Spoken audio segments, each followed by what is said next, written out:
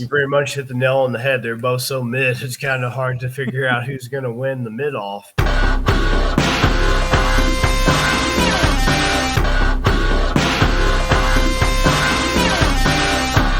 Welcome into Tapping Vegas, and today we are talking UFC Fight Night, Brendan Allen versus Paul Craig. Last week, we hit our haymaker. We hit Andrade knockout. Bobby, what did you think about that, dude? Plus 450. Yeah, that was an insane value. Though we thought Dern would win, we did say that the haymaker would be a great idea because Andrade does have that power. And yeah, I just thought it was really wild that the Vegas odds had that as such a, plus bet when that is Andrade's pretty much at this point in her career, her only way to win is using that power that she possesses in that female division to be able to score a knockout. And it pretty much played out exactly as we discussed it on our last Tapping Vegas show. Mackenzie Dern, she couldn't get the takedown. And that's what we talked about last week. If she couldn't get the takedown and she kept it standing and she wasn't able to use her Brazilian jiu-jitsu, she was going to get caught, and she's not experienced power like Andrade has. So, that's just an example of the many ways you can kind of look at the odds. And if something feels a little bit off in MMA, we're going to let you know about it. That's just an example. So that's what our haymaker bets are. Each week we'll try to do one haymaker bet that we just think Vegas is a little iffy on the odds that we think would give you some good value, and go from there. Yes, sir. Yes, sir. I went 3-2. Bobby, you went 2-3. Do you think you catch me this week? Do you think you surpass me? That's tough, man. These past two cards have been really hard to predict. This one's no exception. My overall record since I've started is now at 33-21, 33 correct predictions, 21 incorrect predictions. If you want to verify that, I have plenty of articles up on the Better in Green website on the MMA blogs. You can do the math from there. You can check out my previous videos I've done, last week's Tapping Vegas show. I've also done a special guest appearance over the summer, an MMA show. So it's all verifiable. We don't make up numbers around here. We keep it honest with you and transparent. Absolutely, Bobby. You're killing it, man. Let's get on track. Let's get going. First fight, we're talking Morales versus Matthews. Did you want to start this one, or you want me to take it? Sure, I can start off. Okay. So Michael Morales versus Jake Matthews. So that is going to be at welterweight. That's men's 170 pounds in the UFC. This is UFC Fight Night, Allen versus Craig, Saturday, November 18th. Michael Morales, 24 years old. Jake Matthews, 29 years old. Michael Morales, 6 foot. Jake Matthews, 5'9". Both are supposed to be entering in the octagon. Before they enter into the octagon, they will weigh in at 170 pounds. Who knows what they're going to rehydrate to. But Michael Morales has a 79-inch reach advantage. Jake Matthews has a 73-inch reach. This is a tough fight, despite what the odds have it as. Vegas has the odds on this fight currently for Jake Matthews as the he's the underdog at a plus 245. Michael Morales, pretty heavy favorite at a minus 305 as of right now when I'm looking at DraftKings. Unfortunately, the thing is I can't really disagree with that. I do really like Michael Morales, young, undefeated guy. Believe he has almost every win is by a knockout or a TKO. So, yeah, his overall record's 15. He's got 15 wins, but 11 of those 15 have come by knockout, 73% knockout rate. One submission win, that's 7%, 3 decision wins for 20%. I like Michael Morales. I think that, anytime you have an undefeated young fighter like that, it's a huge confidence boost. I'm curious to see what he can do in the UFC. And I did roll with Jake Matthews last time I predicted one of his fights, but this time situation's different. Jake Matthews did, get the win last time, but I just think that we've seen Jake Matthews. We know what he is in the UFC. We've seen him at 155. We've seen him at 170. Unfortunately, this is just kind of who he is. He's going to be kind of a middle-of-the-pack guy. Michael Morales has the hot streak coming in. It's also it's going to be his 4th UFC fight, so it's not even like he's going to have jitters, first UFC fight jitters. Not going to be a problem. He's already, finished guys in the UFC. because that's another problem usually when you have these guys who are just knocking out everybody on the regional scene. Sometimes it doesn't necessarily translate to the UFC, Bellator, those upper echelons of professional competition. But I mean, this guy's already got 2 finishes in the UFC also, so that's not going to be a problem either. So, bar something crazy, I'm just not really seeing a reason to go with Jake Matthews. My only caveat to that would be Jake Matthews is a better grappler from what I can tell just by, the eye test and, the record and things of that nature. So I'm not sure how Michael Morales grappling is going to hold up, but every fight starts standing. I think he's going to overwhelm Jake Matthews. I think it's going to be an early night KO TKO for him. Yeah, the notes I have for Morales, he's got an iron chin. He can just eat punches. But he's just fast as can be. He's a quick striker. I think he looks faster than Matthews, and I've been a Matthews fan for a long time. He's got a higher strikes per minute, strike accuracy. The better striking defense does go to Matthews. But then I'm looking at the takedown defense, I think that's going to be the biggest factor. Morales, 91% takedown defense versus Matthews, 61%. So Morales probably is not going to be taken down. So if this is going to be a fight from the feet, you're looking at Morales that has more strikes. He has that 6-inch reach advantage. I don't see a way Matthew wins this one. I really don't. Morales, I would either take him with a knockout or decision, but I can't see really any avenue for Matthews to win. Yeah, you pretty much, even did a better job of even explaining, pretty much what I was thinking and everything, like with the striking differentials, making note of the reach again.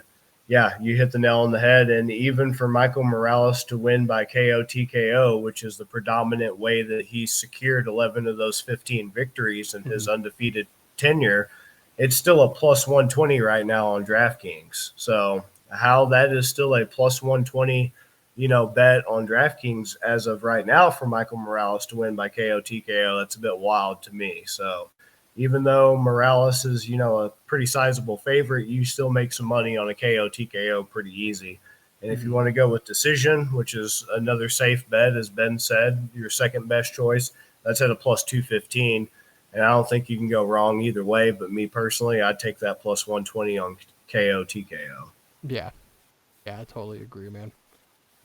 We did have a fight get canceled, so we're going to go up to Peyton Talbot versus Nick Aguirre. Is that how you pronounce it? Nick Aguirre. Dude, Peyton Talbot, watching he's a minus 800 favorite. So this dude is expected to win. He's 6-0, 25 years old. He's at a 3.5-inch reach disadvantage. He's 5-0, four knockouts over that time. He's got crazy striking power. Better striking offense, defense, better takedown defense. I was looking at Aguirre. He really doesn't seem like he has some submissions, but I just don't think that he is going to be. I don't see him as much of a submission threat, honestly, in this fight. You're looking at their strikes per minute. Bobby, it is 9.67 for Talbot versus 0.93. Yeah, that is just insane. That pretty much tells you the output and pretty much the pace that is going to be set from this fight from the get-go, essentially. So it's from the feet, and then so you think the way, since Aguirre he can't keep up with him on his feet punching, so he's gonna have to get him a takedown. Both of their takedown accuracy 0%. Yes, yeah, and that's a very good point because normally when I look at a card and I see somebody who's something ridiculous, such as like a plus 800 on a card like Talbot, I'm instantly kind of licking my lips, LL Cool J style, like, oh, what's going on here? That's a bit, in MMA, that's a bit concerning to me because anything can happen. It's not like if you're getting down in football, you're going to make a comeback. Like anything can happen in MMA, one punch, one submission, whatever. Freak accidents happen, that type of thing. But I can't disagree with Talbot. I definitely think Talbot's going to take this fight. I think it is going to be a striking affair. My only concern about Talbot is I watched his Dana White's Contender Series fight, which is how he earned his contract with the UFC. And I remember I was really impressed with his striking. His striking was really good, very creative, unorthodox, crazy stuff. Like his opponent on the Contender Series had a single leg in on him, and he backflipped to get out of the single leg attempt. So he'll do crazy stuff like that. Very athletic guy. But I did notice when Talbot himself was the one who was forced to initiate the grappling, I don't know if it's because he was coasting and he knew he could get away with it, or he was tired, or maybe he just lacked the skill. But he was not very good in the clinch.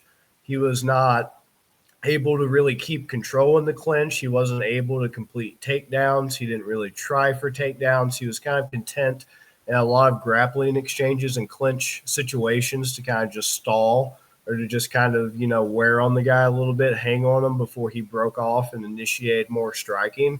So that is his biggest red flag, Peyton Talbot's, is I'm worried about his striking and his grappling.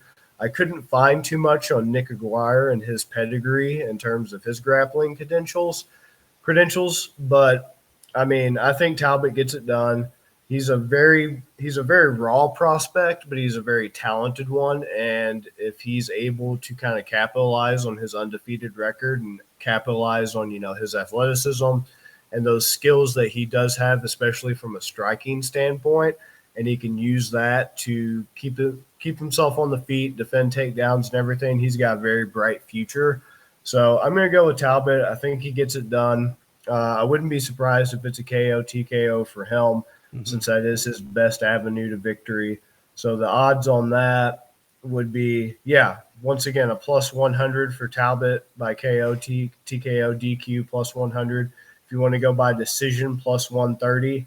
I like the odds on a sub, but I'm not taking that at plus 1,000 because, like I said, I don't know too much about Talbot's grappling. And in the limited sample I've seen of it on the Contender Series, I thought that was his biggest hole in his game. So, yeah, I agree 100%, man. You want to take Hooper Levitt? Yeah, I'll start that one off.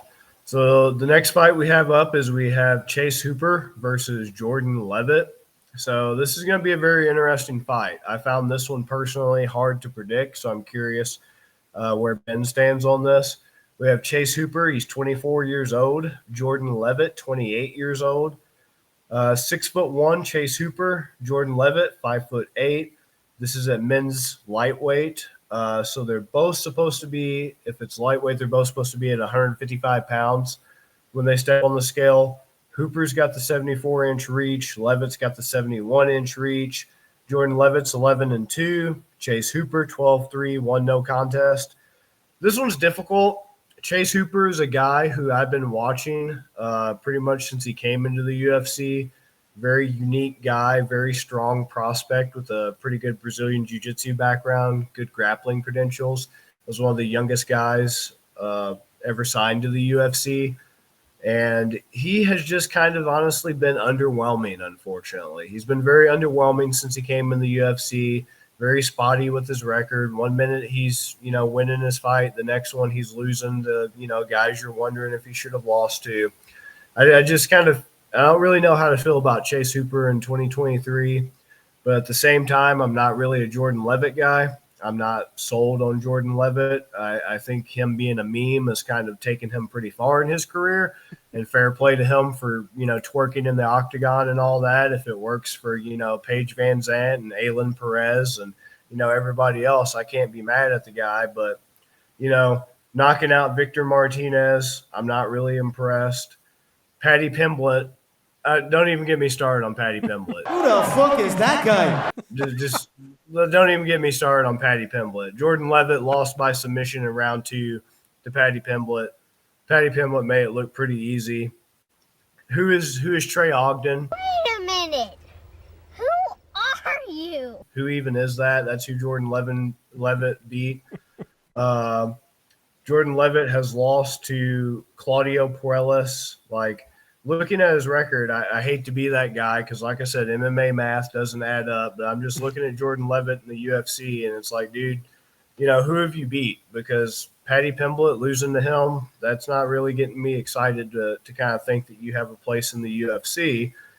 So for as spotty as Chase Hooper has been, I still have faith that Chase Hooper can, turn it around, and he can kind of hopefully make things work in his favor in the UFC.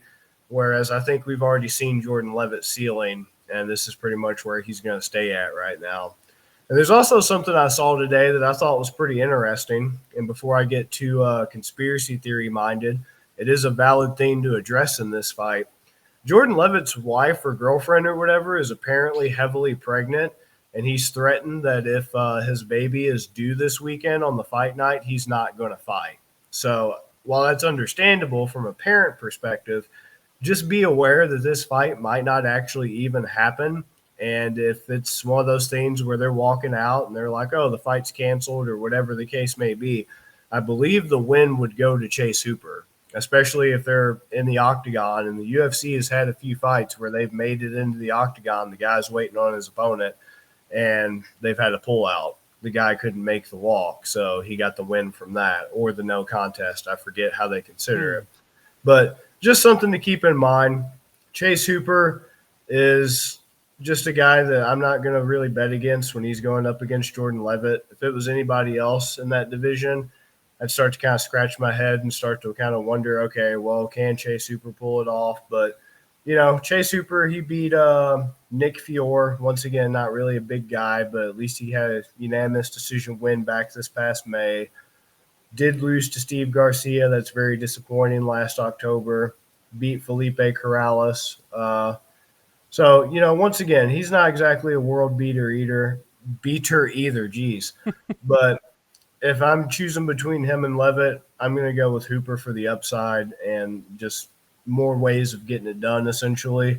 So I'm going to take a look here at what the odds are for this right now for our good friends here, Chase Hooper and Jordan Levitt. And we have Chase Hooper's a minus 205.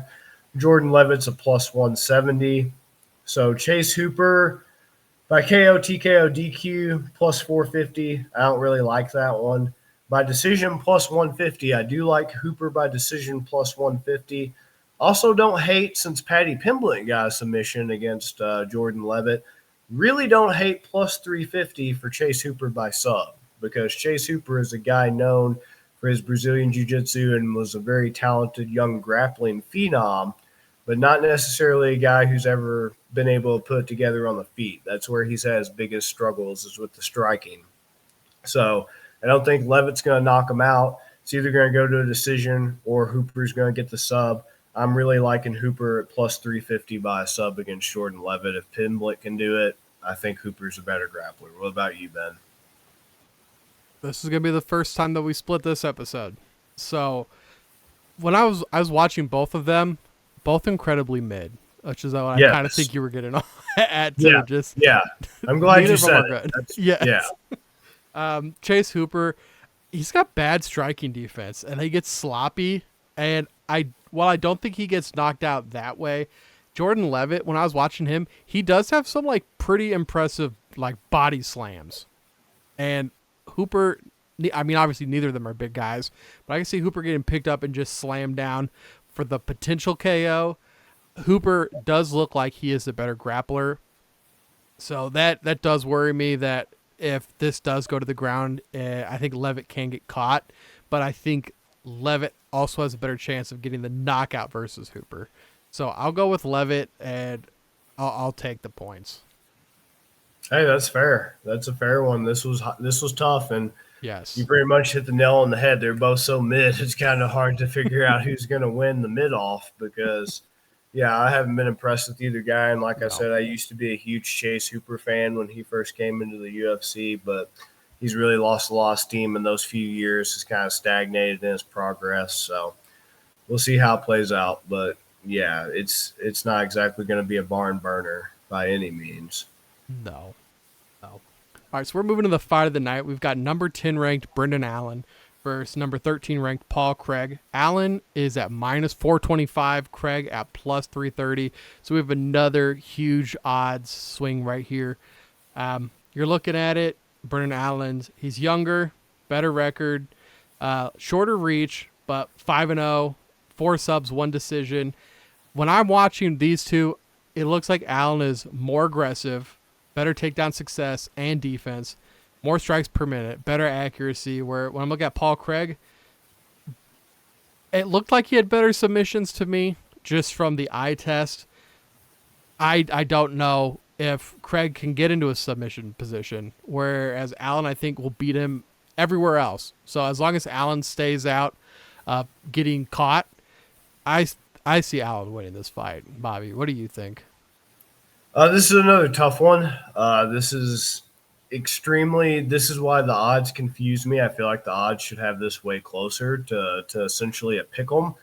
So if I believe that the odds should be a pick 'em and I see something this drastically far apart, then just for a value thing, I'm going to just say, if you're swinging for the fences, I like Paul Craig on this because Paul Craig is a guy who constantly is kind of like counted out by the community, and his every fight with Paul Craig, there's always some weird shit that goes on. It's always like you think you know exactly what's going to happen, and he just surprises you. Paul Craig is I don't know what the word I'm looking for is, but there's no other person in the UFC, male or female, in any division that has as much random crap happen in their fights as Paul Craig. Like, the dude is just a magnet for oddity.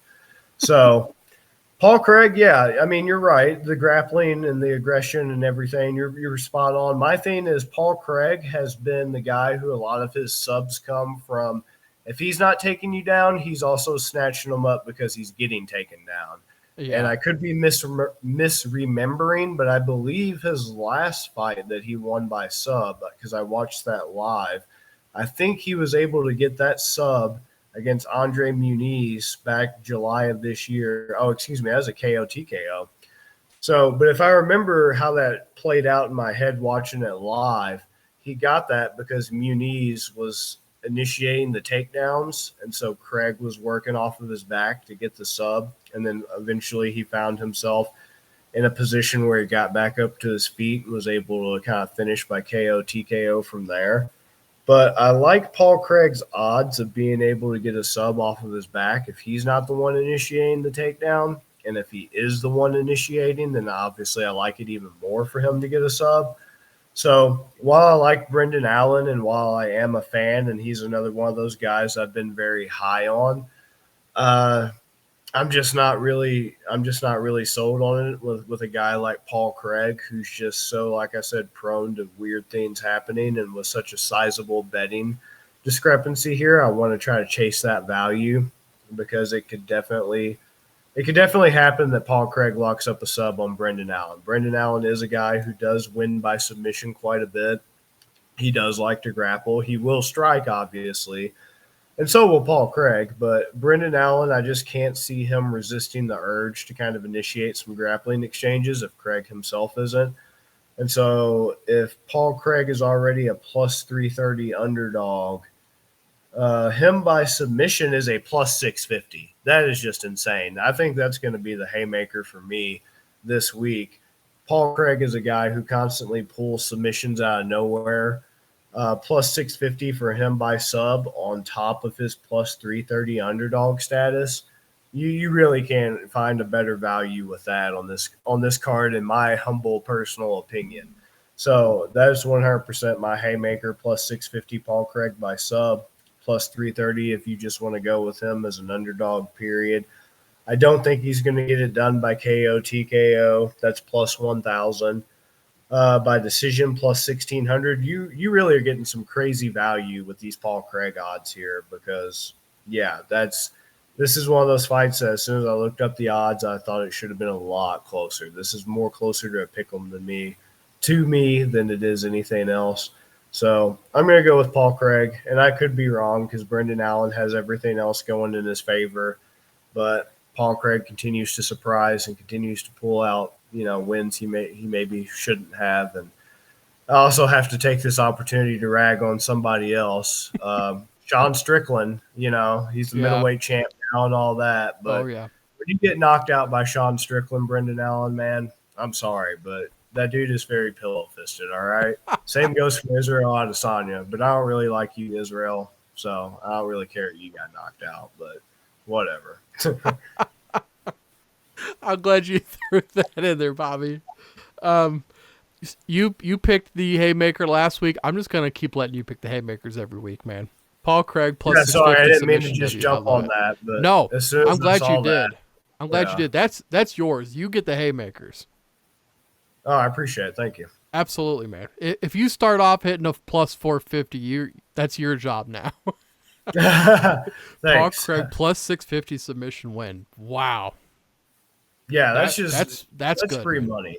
That's free money. That's one of the best bets I've seen on this card. So you can't be mad if you even put just a little bit of cash on that. That's going to pay off huge. And like I said, that's something that I see as by far one of the most realistic outcomes on this whole card. It's your statistics are more likely going to play out in that Paul Craig fight more than anywhere else. All right, Bobby, do you have anything else before we get out of here? No, this is going to be the last UFC card, though, until I believe December 2nd. They're going to be taking a little miniature holiday break. So if you tune in, this is going to be your last UFC event until December. So enjoy it. Hopefully you place some good bets. You take our Veteran Green advice here. Check out the website. Check out the blog. Follow along. Keep us honest with our track record here. And we'll be transparent. And hopefully we win everybody out there some money this weekend. Absolutely, man. Absolutely. Head over to bettergreen.com. That's better, BETTOR green.com. Get some merch, read some articles. And guys, thank you for tuning in to episode 2 of Tapping Vegas. Episode 1 went really well. So let's keep up the good work. Bobby, I'll see you in the next episode, man. Yep. See you, man. Peace. You better start listening to the Better in Green podcast. You will not regret it. Trust me, trust me, trust me. And hey, I'm Dean Blandino. Welcome, welcome, welcome to Better in Green, eh? To Better in Green, eh? To Better in Green, eh? Listen in and cash out. That's what it's all about. Come on, let's make cash now.